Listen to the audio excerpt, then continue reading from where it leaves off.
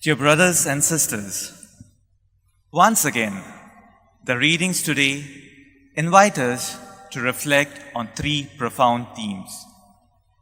First, the faithfulness, the assurance that we are always protected by God. Second, the call to be humble, like a child. And third, to be guardians towards others. My dear brothers and sisters, very often we have this custom that is taught to us as children, and so it is handed out to our next generations. And the custom is, every time we leave our house, we ask the protection of our own guardian angel. We say a short prayer, placing ourselves in the care, in the protection of our guardian angel. Wherever we may go to church, we may go to the school, we may go to work, or even elsewhere. Yet we always place ourselves in their protection.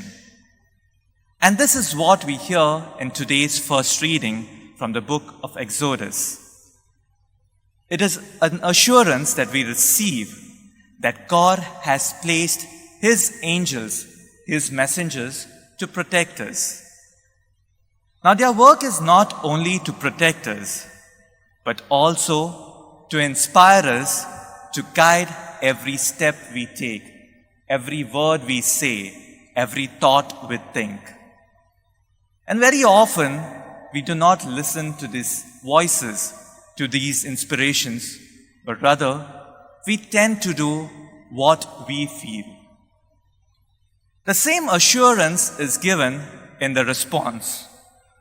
For you has He commanded His angels to keep you in all your ways. The same assurance that we will be protected from dangers, from diseases, from our own enemies. And this assurance gives us confidence that if we place our trust, our steps in the command of the Lord, we need not fear. Moving on to the gospel, we see a contrast of wisdoms. There is an earthly wisdom and there is a heavenly wisdom. Now in the beginning, you see, it's not mentioned today, but if you go a little earlier, the disciples were filled with earthly wisdom, and so they start having a debate who is greater and who is least. Not having an answer, they come to Jesus to ask Him who is the greatest. Jesus understands they are filled with the earthly wisdom. And so He tries to give them the heavenly wisdom by placing a child in front of them. Now very often we put children together. They immediately start playing. They make friendships and start playing. They have no prejudices. They have no differences. They are simple. They do not see anything else. They just see another child with them, like them.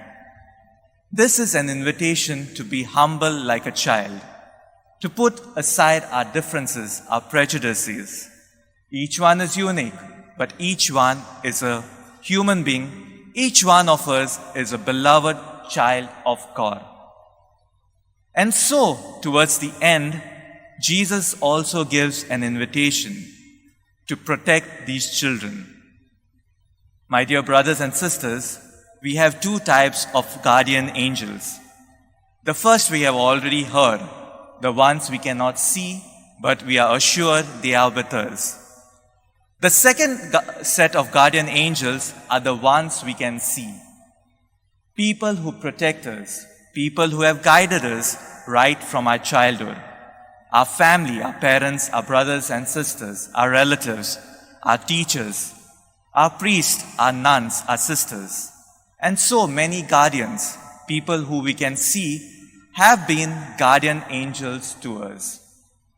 In the same way, we too have an invitation to be guardian angels to others, to children, to the vulnerable, to the marginalized, to the excluded members of the society. So, my dear brothers and sisters, let us pray for this grace to acknowledge our own guardian angels, to place our trust, our faith in the Lord, and to place our protection in the hands of the guardian angels, similarly to be guardian angels towards others.